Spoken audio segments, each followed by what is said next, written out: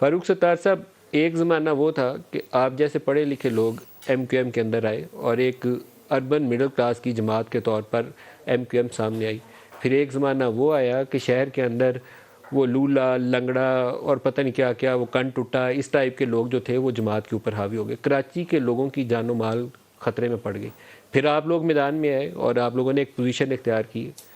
Law and order restore ہوا، کراچی کے لوگوں نے بہت قربانی دی. اب آپ اکٹھے ہوں اور آپ کو سیاست کا حق ملے، یہ تو میں پورے زور شور سے اس کا حامی ہوں، آپ کے ساتھ آواز میں لاؤں گا، لیکن یہ نہیں چاہوں گا کہ کراچی کا امن کمپرومائز ہو جائے. آپ لوگ کیا کردار ادا کریں گے؟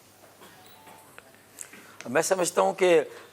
گزشتہ 6 سالوں میں خاص طور پر جب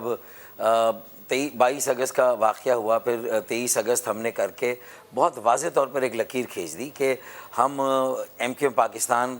وہی ایک مڈل کلاس پڑھے لکھے نوجوانوں کا سیاسی عمل، ایک صاف ستھری ری برانڈڈ اور ریفارمڈ ایک ایم کیو ایم قائم کرنا چاہتے ہیں اور لوگوں سے اس کو دوبارہ کنیکٹ کرنا چاہتے ہیں، لوگوں کا اعتماد دوبارہ حاصل کرنا چاہتے ہیں اور عام لوگوں تک اس سیاسی عمل کو لے جانا چاہتے ہیں. ہمیں ہماری اسپیس ملنی چاہیے، ہمیں سیاست کا پورا موقع ملنا چاہیے. لیکن میں سمجھتا ہوں کہ جو اس وقت حالات ہمارے سامنے بڑے چیلنجنگ تھے اور ہم پوری طرح سے جو ہے وہ اپنے اس ایجنڈے کو لوگوں تک نہیں لے جا سکے اور پھر ہمارے اندر ایک جو ہے وہ تقسیم اور ایک انتشار قائم ہو گیا، اختلاف ہو گیا. اس میں سبھی کی کہیں نہ کہیں غلطی ہے. پھر اس کے بعد شاید کوئی ایکسٹرنل فیکٹرز تھے، عوامل، وہ بھی پریویل کر رہے تھے، تو میری ایم کیو ایم سے علیحدگی ہو گئی. لیکن گزشتہ 2 سالوں سے میں بہت زیادہ یکسوئی کے ساتھ اسی ایجنڈے پہ کاربند تھا کہ اب جو آئندہ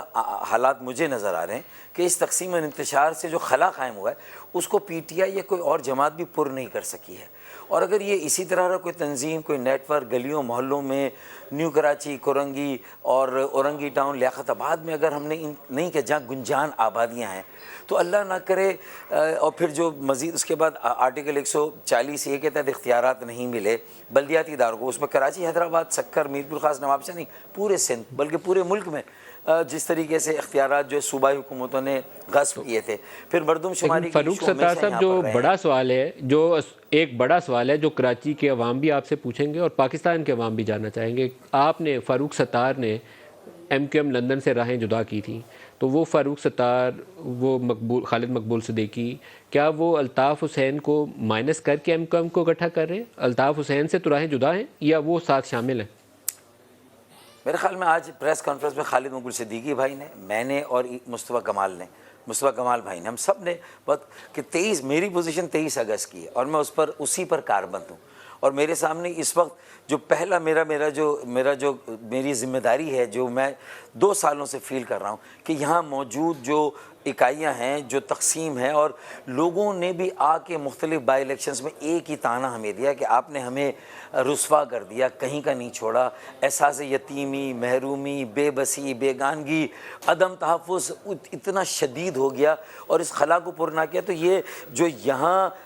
جو ایک تو دیکھیں پورے ملک میں سیاسی معاشی بحران، اس کے اثرات تو پورے ملک میں ہر جگہ نظر آئیں گے، اس کے اوپر یہ ایم کیو ایم کی تقسیم انتشار اور پھر خلا بھی پر نہ ہو، تو پھر آپ بتائیے کہ کراچی اگر مزید ڈی اسٹیبلائز ہوگا تو پاکستان، اگر کراچی چلتا ہے تو پاکستان چلتا ہے، کراچی چلتا ہے پاکستان. تو سر، جو ایم کیو ایم پاکستان ہے اس کی راہیں الطاف حسین سے علیحدہ رہیں گی، یہ کلیئر میسیج ہے؟